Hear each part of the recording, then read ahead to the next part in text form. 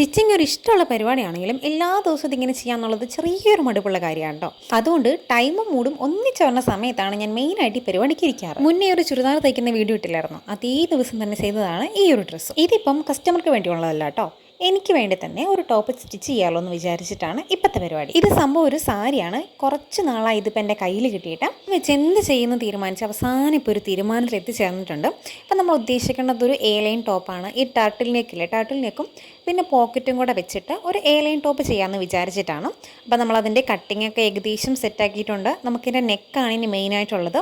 അപ്പോൾ ഈ turtle neck ഞാൻ ഇന്നാളൊരു ഡ്രസ്സ് ഇട്ട് കഴിഞ്ഞപ്പം അതിൻ്റെ ഒരു വീഡിയോ ചെയ്യാമെന്നൊരു കമൻറ്റ് ഉണ്ടായിരുന്നു. അപ്പോൾ പിന്നെ എന്തായാലും ആ ഒരു നെക്ക് പരീക്ഷിക്കാമെന്ന് വിചാരിച്ചിട്ടാണ് ഇപ്പം ഈ ഒരു ഡ്രസ്സ് ഞാൻ ചെയ്യണത്. അപ്പോൾ ഞാനിതിൻ്റെ ലോങ് വീഡിയോ എടുത്തിട്ടുണ്ട്, ഉടനെ തന്നെ അപ്ലോഡ് ചെയ്യുന്നതായിരിക്കും. ടർട്ടിൽ നെക്ക് മാത്രമല്ല ഒരു കുഞ്ഞി പോക്കറ്റും കൂടെ കൊടുത്തിട്ടുണ്ട് കേട്ടോ. ഞാനിങ്ങനെ പോക്കറ്റ്സ് എനിക്കത് അത്ര ശരിയായി കിട്ടാത്തത് കൊണ്ട് ഞാൻ അധികം പരീക്ഷിക്കാത്തൊരു സംഭവമായിരുന്നു.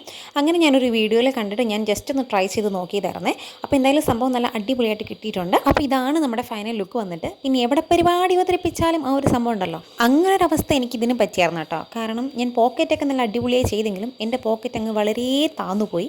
അത്രയും ഇറക്കി ചെയ്യരുതായിരുന്നു, കുറച്ചുകൂടെ കയറ്റി മെഷർമെൻറ്റ് എടുക്കേണ്ടതായിരുന്നു.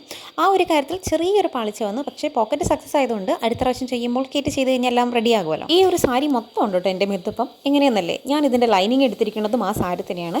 അതുകൊണ്ട് വേറെ മുതൽ മുടക്കൊന്നും ഇല്ലാണ്ട് നമുക്ക് എളുപ്പത്തിൽ ടോപ്പ് തയ്ച്ചെടുക്കാൻ പറ്റി. സോ അപ്പോൾ നമുക്ക് വേഗം ഇതിൻ്റെ ലോങ് വീഡിയോ ആയിട്ട് കാണാം.